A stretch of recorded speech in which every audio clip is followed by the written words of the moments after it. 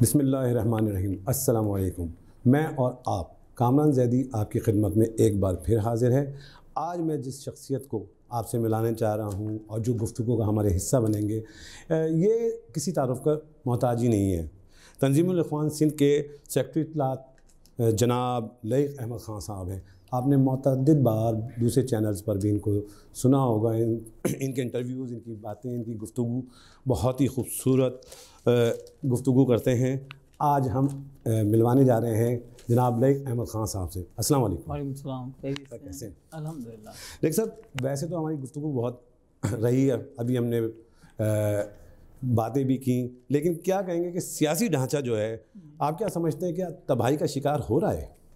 سر، سیاسی ڈھانچہ جو ہے اس وقت تباہی کے ڈھانچے پہ نہیں بلکہ تباہی ہو چکا ہے۔ اس لیے کہ سیاست نام کی چیز کچھ نہیں ہے، اپنے مفادات کی معاملات ہو رہے ہیں۔ بات یہ ہے کہ نظر ضرورت کی بات نہیں ہے، نظریات کی بات نہیں بلکہ نظر ضرورت ہو گیا ہے۔ جو ہماری سیاست تھی، ہمارے پاکستان جو بنا، جس مقصد کے لیے، جس مقاصد کے لیے جو بھی پارٹی آتی ہے وہ اسی پہ بات آتی ہے، ہم پاکستان میں بہتری لائیں گے، جمہوریت لائیں گے، اسلامی قوانین بھی لائیں گے، ساری چیزیں لائیں گے، لیکن اس پہ امپلیمنٹ آج تک نہیں ہو سکا۔ جو آتا ہے وہ اپنی ہی جیبوں کو، اپنے معاملات کو، اپنے خاندان کو دیکھتا ہے۔ یہ خاندانی روایت چلی آ رہی ہے، جس کی وجہ سے آج پاکستان کی پوری عوام مایوس ہو چکی ہے۔ جیسے ابھی جو موجودہ حکومت ہے، اس سے تو بہت زیادہ جو انہوں نے خواب دکھائے تھے، جو چیزیں باتیں کری تھیں، اب تو ساری چیزیں لوگ کلپس دکھاتے ہیں چینلوں پہ، تو ساری الٹی ہو گئی ساری باتیں، اس کے اوپر کوئی وزن نہیں رہا ہے۔ قوم اتنی مایوس ہو چکی ہے کہ کسی پہ بھروسہ نہیں ہو رہا ہے۔ اس طریقے سے جو معاملات ہوئے، جب میاں صاحب بھی آئے، زرداری صاحب بھی آئے، تمام لوگ آتے گئے، اپنے اقتدار کی جنگ میں ایک دوسرے کو سہارا دیتے تھے، ٹھیک ہے نا؟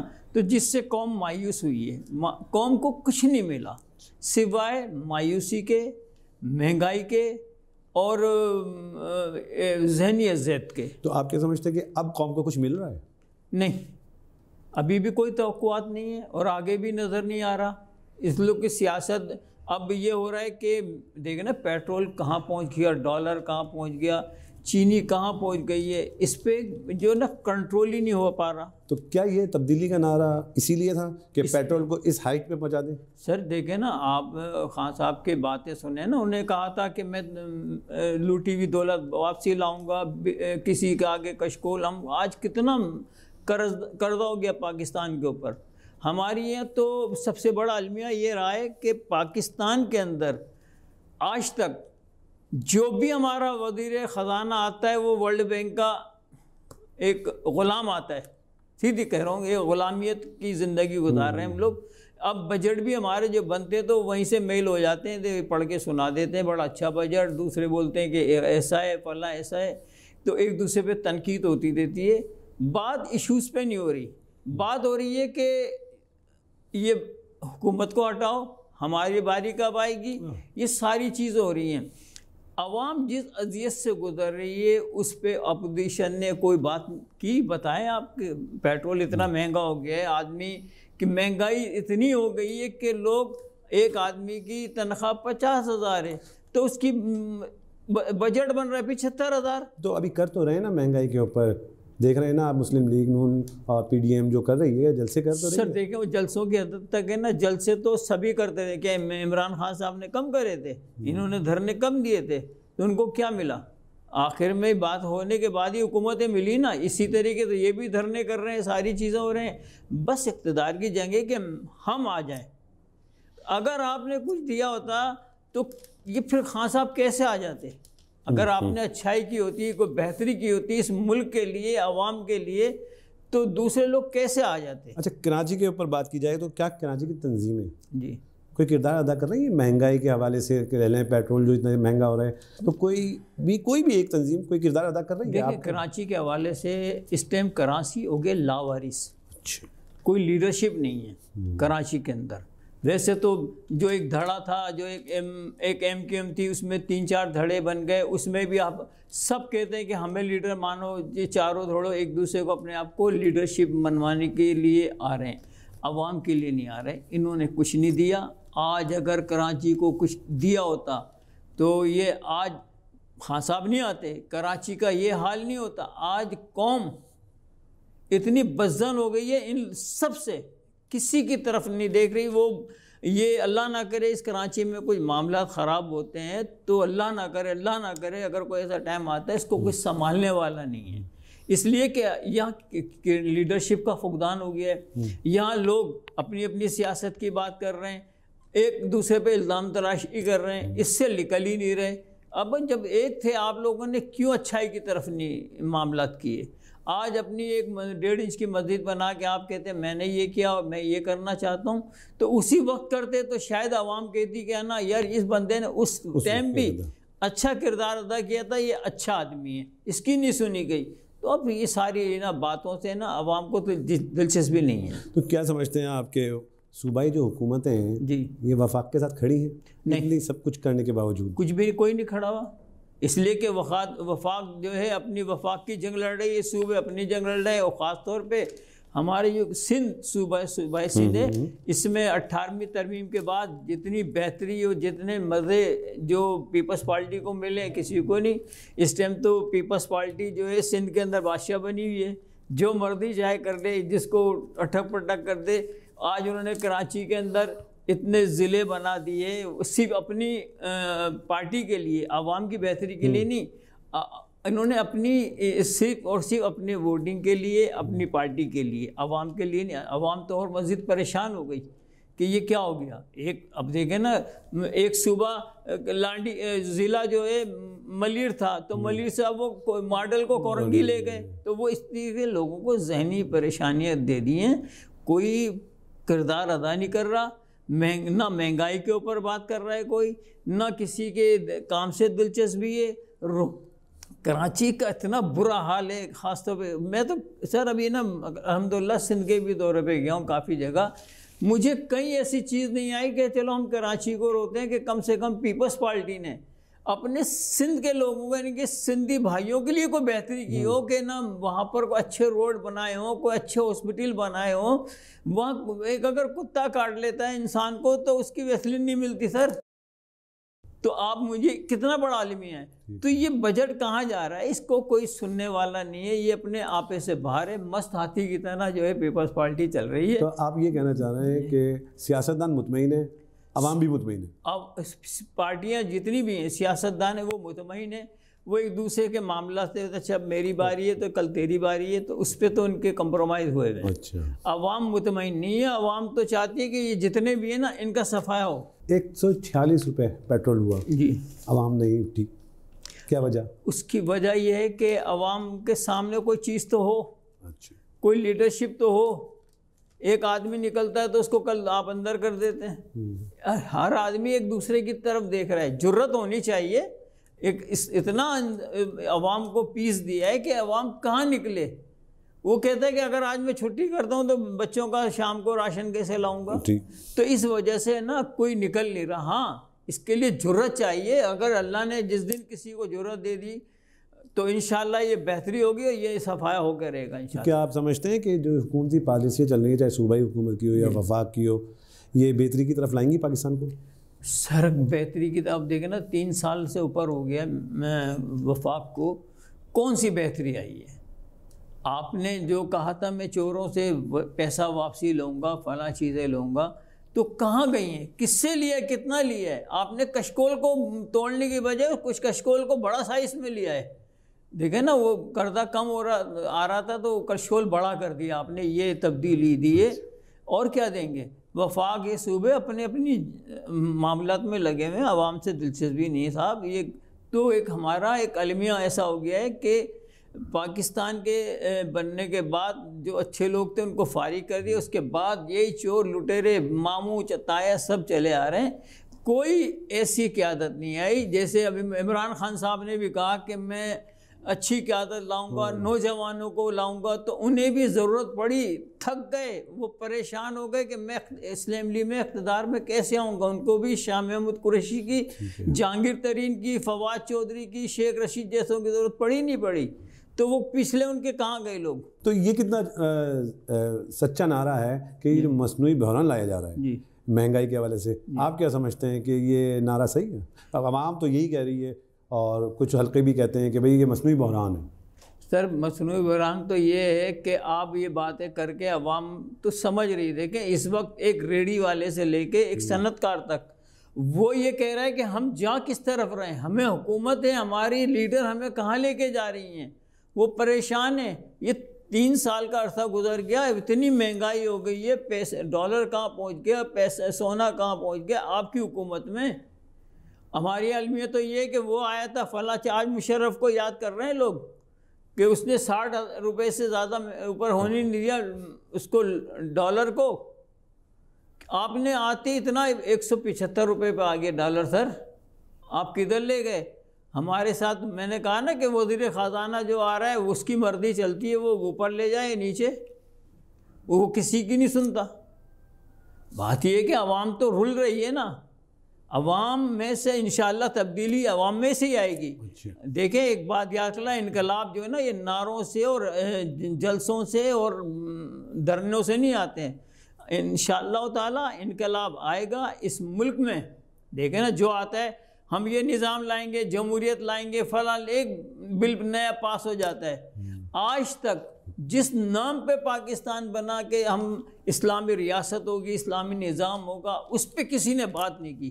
اور اس کے علاوہ اس پاکستان کے نظام کو بہتری کے لیے نفاذ اسلام وہ نافذ کیا جائے، وہ چیزیں آ جائیں نا تو انشاءاللہ سب بہتر ہو جائے۔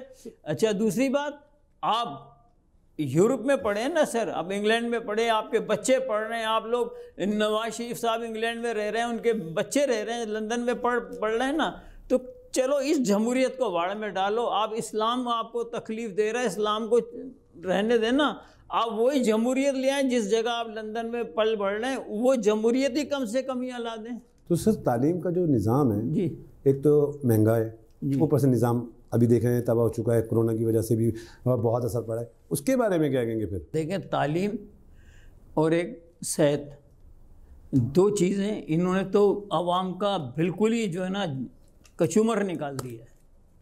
اس طریقے سے نکالا ہے، لوگ جیسے گنے کی مشین پہ جوس پینے جاتے ہیں نا، گنا ہوتے کہ ایک قطرہ بھی نہیں، اس طریقے سے آپ ایجوکیشن کہاں پہنچ گئی ہے؟ آپ کے یہاں 5 نظام چل رہے ہیں، آپ کے پاس اچھی بلڈنگ ہے، آپ ایک پرائیویٹ ہاسپٹل کھول لو یا پرائیویٹ اسکول کھول رہے ہیں، یہ سے ایک صنعت کا درجہ ہو گیا ہے۔ 2 چیزیں جو ایک ہمارے معاشرے میں بہتری آتی، آپ دیکھیں نا خان صاحب نے احساس پروگرام دیا، وہ 3000 دیں گے، ہم 4000 روپے مہینہ دیں خاندان کو، اس سے کیا فائدہ ہوا عوام کو؟ اس سے بہتر ہے کہ آپ ایجوکیشن کو ایک عام کریں، پرائیویٹ چھوڑ کے ایک وفاق اپنے لائے کنٹرول میں، اس کو ایک گورنمنٹ کی سطح پہ اسکولوں کو لائے اور یہاں وظیفہ دے کرے، بچوں کا وظیفہ باندھے۔ مطلب آپ یہ کہنا چاہ رہے ہیں کہ تعلیم کو فری کیا جائے؟ فری کیا جائے، جب ہی بہتر ہوگی اس ملک کا نظام تعلیم ایک ہونا چاہیے اور فری ہونا چاہیے۔ تو اس قوم کے اوپر کم سے کم اس قوم کے اوپر ان کا احسان ہوگا۔ یہ بھی اگر کر دیں نا، مہنگائی کو چھوڑ دیں، اس چیز کو کر دیں تو شاید پھر جو نا ان کے پیچھے چلنے پڑے۔ آپ کیا سمجھتے ہیں کہ مہنگائی کو اگر چھوڑ دیا جائے گا عوام ان جھمیلوں سے نکل جائے گی؟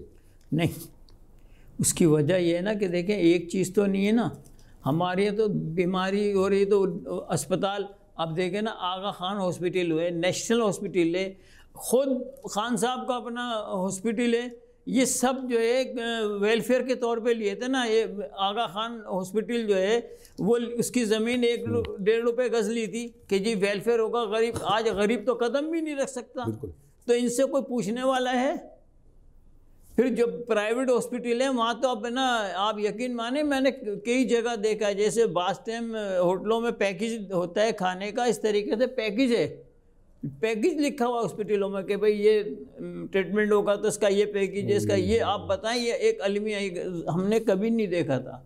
آج ہاسپٹلوں میں پیکج لگے ہوئے ہیں، تو یہ المیہ نہیں ہے ہمارے لیے؟ اس قوم کے لیے بربادی تباہی، اس قوم کے اوپر ظلم نہیں ہے یہ؟ کوئی ہے پوچھنے والا؟ وزیر صحت کدھر ہے؟ وزیر تعلیم کدھر ہے؟ کوئی پوچھنے والا نہیں ہے۔ آپ جو مرضی اسکول جو ہے نا فیس بڑھا دے، جس کو بچے کو ذلیل کر دے، یار کیا ہے یہ؟ تو ہاسپٹل ہوں یا تعلیمی ادارے ہوں، چاروں صوبوں کی حالت تو ایک ہی ہے۔ میں صرف کراچی کی بات نہیں کر رہا، میں تو پورے پاکستان کی بات کر رہا ہوں نا۔ پورے پاکستان میں یہی ہے۔ آپ سندھ میں دیکھ لیں، وہ جو سندھ کے اندر جو اسکول بنے ہوئے ہیں وہاں پتہ چلا جانور بندھے ہوئے ہیں۔ اس طریقے کا پنجاب میں چلے جائیں تو کوئی گاؤں دیہاتوں میں بچیاں بچے جو ہے نا واش روم تک نہیں ہوتے، بیچاری درختوں کے نیچے تعلیم حاصل کر رہی ہیں۔ یہ کون سا انسان ہے؟ کون سی یہ سیاست ہے؟ کون سی جمہوریت ہے جو ہم اپنے بچوں کے لیے، جو بچے اس ملک کا اثاثہ ہیں، ان کو ایک اچھی صحت، اچھی تعلیم نہیں دے سکتے؟ تو کیا سیاست کریں گے آپ صاحب؟ آپ تو بیکار ہو گئے۔ تو کون سی حکومت ہے آپ کیا سمجھتے ہیں کہ جس نے انصاف کیا ہو عوام کے ساتھ اب تک آنے والے دوروں میں؟ ابھی تک تو پاکستان کی تاریخ میں کوئی نظر نہیں آ رہا اچھا کسی نے انصاف دیا ہو، سمجھے۔ لیکن ہاں یہ بات ضرور کہوں گا آپ کے اس چینل کے تخصص سے کہ پاکستان نے جب بھی ترقی کی تو بوڑھ والوں کے زیر سائے ترقی کی ہے۔ آپ دیکھ لیں، مجھے ایوب خان کا دور دیکھ لیں، ضیاء الحق صاحب کا دور دیکھ لیں، پرویز مشرف کا دور دیکھ لیں، ملک میں ترقی بھی ہوئی ہے، کام بھی ہوئے ہیں۔ اور اس کے بعد دیکھ لیں جمہوریت نے جنازہ نکالا ہے جمہوریت کا ہی اپنا خود۔ تو آج کی جمہوریت جی اور پرانی جمہوریت میں آپ کیا سمجھتے ہیں کہ کتنا فرق ہوگا؟ دیکھیں، جو میں بتایا نا، یہ 3 جمہوریت کو ہٹا کے باقی تو سارا ایسے لوٹ مار کا کھیل چلتا چلا ہے۔ 30 سال میں 30 سال پیپلز پارٹی رہی، اب 3 سال پیپلز پارٹی، اس کو تحریک انصاف کو چل رہے ہیں۔ اس میں اور اس میں کوئی کمی نظر نہیں ہے۔ تو آپ نے پچھلے دور تو دیکھے ہیں نا، ایک دور ایسا آیا تھا کہ جمہوریت کے نعرے لگ رہے تھے۔ جمہوریت کے نعرے دیکھیں لگائے تو وہ جمہوریت کے نعرے اس لیے لگائے کہ جمہوریت کچھ تو ہو۔ جمہوریت نہیں ہے، کوئی جمبو طیارہ چل رہا ہے ہمارے یہاں، کوئی جمہوریت نام کی چیز ہی نہیں آئی۔ لیکن میں آپ سے کہہ رہا ہوں نا، جن جگہوں پہ ابھی میاں صاحب رہ رہے ہیں، ان کے بچے پل بڑھ رہے ہیں نا، اسی جمہوریت کو کم سے کم لے آؤ۔ اسلام آپ کو تکلیف دیتا ہے، اسلام آپ کو وہ ہوتا ہے جی اسلام کی بات نہیں کر رہے بھائی ہم، چلو اسی کی بات کر رہے ہیں جس جمہوریت میں آپ پل بڑھ رہے ہو، لندن میں، یورپ کے اندر، وہی جمہوریت لے آؤ۔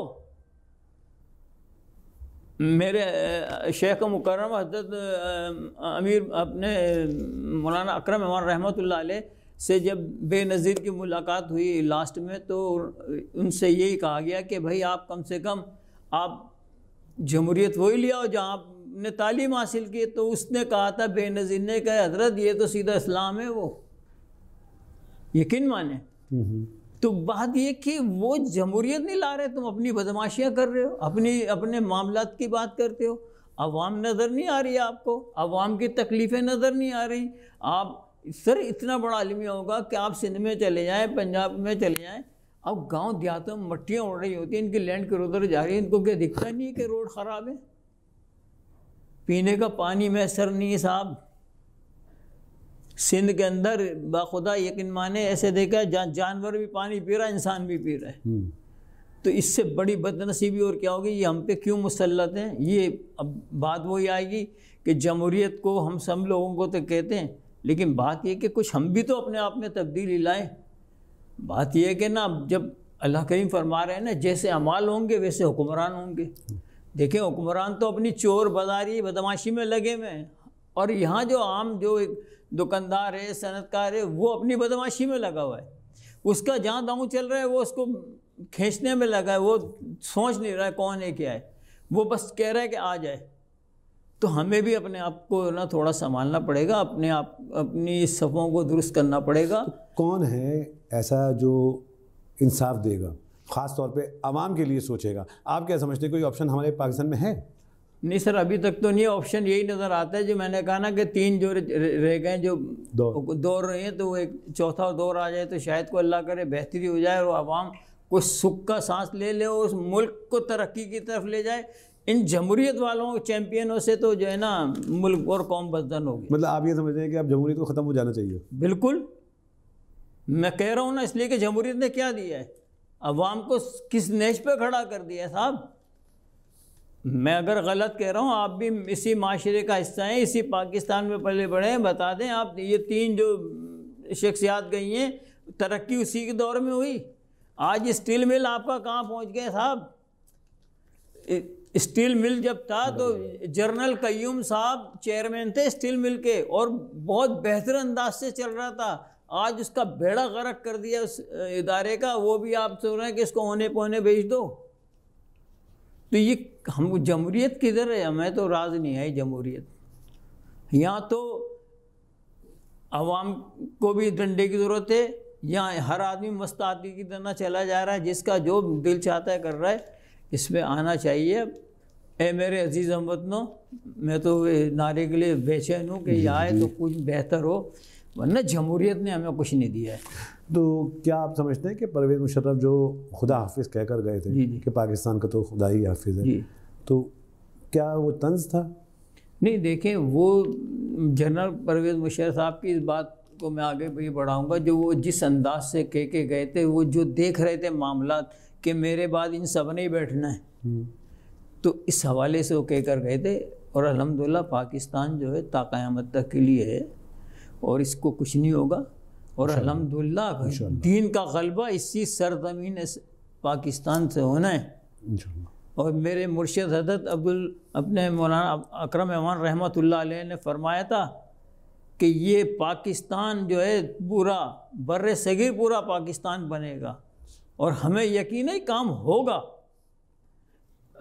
میاں نواز شریف صاحب وزیر اعظم تھے تو میرے شیخ مکرم حضرت مولانا اکرم امان رحمۃ اللہ علیہ نے فرمایا تھا کہ جناب یہ کام آپ کر دیں، ورنہ یہ کام تو ہو کے رہے گا، وہ اللہ کسی سے بھی لے لے گا. کس حکومت سے لوگوں کو انصاف کی تھوڑی سی بھی تمنا ہے کہ شاید کہ یہ حکومت آئے تو انصاف ہو جائے؟ سر بات یہ ہے کہ آپ جو بات یہ ریپیٹ کر رہے ہیں بار بار، اس کا بات یہ ہے کہ یہ کچھ کس پہ کریں، اس لیے کہ سب کو آزمایا ہوا ہے نا. یہاں تو کوئی نظر نہیں آ رہا ہے ابھی تک، ابھی کوئی نظر نہیں آ رہا. سر یہ پھر چلے گا کیسے آگے؟ دیکھیں، ایک ہمارے آرمی چیف صاحب ریٹائرڈ ہو کے بڑی عزت کے ساتھ گئے، اللہ ان کو عزت دے، جناب راحیل شریف صاحب. قوم ان کی طرف دیکھ رہی تھی، آوازیں لگا رہی تھی کہ سر آپ آئیں، سر آپ آئیں، لیکن وہ عزت سے چلے گئے. اب یہ آرمی چیف صاحب ہیں، انہوں نے بھی جمہوریت کو دیکھ رہے ہیں، تو میں تو یہ کہوں گا جمہوریت نے ہمارا بیڑا غرق کر دیا ہے. اس سے اس قوم کا چھٹکارا دلائیں، اور اس جمہوریت کو ختم کر کے اسلامی نظام تو لے آئیں. کم سے کم ہمیں 3-4 شعبوں میں تو وہ معاملات کر کے دے دیں. اس وقت صوتی نظام نے بیڑا غرق کر دیا ہے. آپ اللہ کے رسول سے جنگ کر رہے ہیں صاحب، تو کہاں سے ترقی ہوگی؟ تو عوام کون سا نظام چاہتی ہے؟ تو عوام تو چاہتی ہے اس نظام سے بدزن ہو چکی ہے. دیکھیں نا، ایک وقت تھا کہ طالبان کا نام لینا لوگ خوف آتا تھا، آج لوگ طالبان کو دیکھ رہے ہیں کہ وہ نظام ہونا چاہیے. اچھا دیکھیں نا، وہ عدل انصاف ہے نا. ہمیں تو یہاں ڈرایا جاتا ہے کہ اسلام آ جائے گا تو جی وہ ہاتھ کٹیں گے، فلاں کٹیں گے، اور ایسا نظام ہوگا. بھائی اسلام نے تو ایک دیکھیں، یہ دنیا کا واحد مذہب اسلام ہے جس نے عورت کے حقوق دیے ہیں. سورہ نساء پڑھیں تو صحیح، اللہ نے، اللہ کے رسول صلی اللہ علیہ وسلم نے فرما دیا حقوق دیے تمام، یعنی مرد عورت تمام رشتوں کے لین دین کا اٹھنے بیٹھنے کا طریقہ سکھا دیا. اور کیا چاہیے؟ اور آپ جمہوریت کے پیچھے کہا کہ آج 70 سال سے ہمارا جو ہے نا، آپ نے ملک کا بھی ریڑھ لگا دیا. آج دیکھیں نا، سعودیہ میں جب آزاد ہوا سعودیہ کا دارالخلافہ ریاض، وہ مٹی کے گھر تھے، اور یہ کراچی جو تھا وہ دارالخلافہ کراچی تھا. یہ بہترین بلڈنگیں بنی ہوئی تھی صاحب. آج وہ اسی حالت میں، اور وہ کہاں پہنچ گیا؟ کس نے ترقی، کسی نے سوچا اس کے لیے؟ کیسا ڈھانچہ ہونا چاہیے کسی بھی تنظیم کا کہ عوام کو اس کا فائدہ ہو؟ آپ کیا سمجھتے ہیں؟ دیکھیں بات یہ ہے کہ ہر تنظیم ہے، دیکھیں جماعت اسلامی ایشوز پہ بات کر رہی ہے، اور ہماری دوسری سیاسی مذہبی جماعتوں کو بھی وقت ملا، وہ مجلس عمل بنی، تو انہوں نے اپنا کیا کردار ادا کیا. اگر وہی کر لیتے، کم سے کم نفاذ اسلام کی بات کر لیتے تو شاید کوئی بہتری آتی. لیکن یہاں کوئی جماعت یا تنظیم نظر نہیں آ رہی، آپشن نظر نہیں آ رہا. سر جب آپشن نظر نہیں آئے گا تو حکومتیں تو ایسی چلیں گی نا. تو پھر یہی ہوگا نا کہ پھر بیچ میں سے کوئی اللہ نہ کرے آ جائے. مجھے تو یہی ڈر ہے. اچھا اب دعا کی ضرورت ہے. دعا کی ضرورت ہے بس. کیا عمران صاحب جو ہیں 5 سال ان کو مکمل کر لینے چاہیے اور اچھے انداز میں؟ اچھا برا تو اللہ کو پتہ ہے، لیکن یہ تو ٹائم تو پاس کرنا ہے ان کو. اچھا ہاں ٹائم تو پاس کرنا ہے. جو جن کے ساتھ یہ آئیں تو اب یہ وہ کیا کرتے ہیں ان کے لیے آگے تو مجھے بھی نظر نہیں آ رہا کہ وہ خود بھی مطمئن نہیں ہیں ان سے. پاکستان کے لیے 2 جملے. پاکستان تو تا قیامت کے لیے، اور یہ پورا بر صغیر انشاءاللہ پاکستان بنے گا. اس کو دنیا کی کوئی طاقت نہیں روکے گی. یہ ہوگا اور انشاءاللہ دین کا غلبہ ہوگا. اللہ کے رسول صلی اللہ علیہ وسلم کی حدیث مبارکہ ہے کہ میرے بعد غزوۃ الہند ہوگا، اور انشاءاللہ غزوۃ الہند ہوگا اور اسی سرزمین سے ہوگا. میں اعلان کہہ رہا ہوں الحمدللہ آپ کے چینل سے. بہت شکریہ، بہت شکریہ، بہت تھینک یو لیک احمد صاحب آپ کی گفتگو. ناظرین لیک احمد صاحب کی گفتگو سنی، یقیناً آپ محظوظ بھی ہوئے ہوں گے، آپ کو تھوڑا دکھ بھی ہوا ہوگا. بہت ساری شکایتیں بھی ہیں، اور کیوں نہ ہوں پاکستان سے محبت کرنے والے لوگ ہیں، پاکستان کا برا نہیں چاہتے، پاکستان کو خوشحال دیکھنا چاہتے ہیں. تو ان کی گفتگو سن کر آپ کیا رائے دیں گے کمنٹس میں ضرور لکھیے گا. اس کے ساتھ ہی کامران زیدی کو اجازت دیجیے. اللہ نگہبان.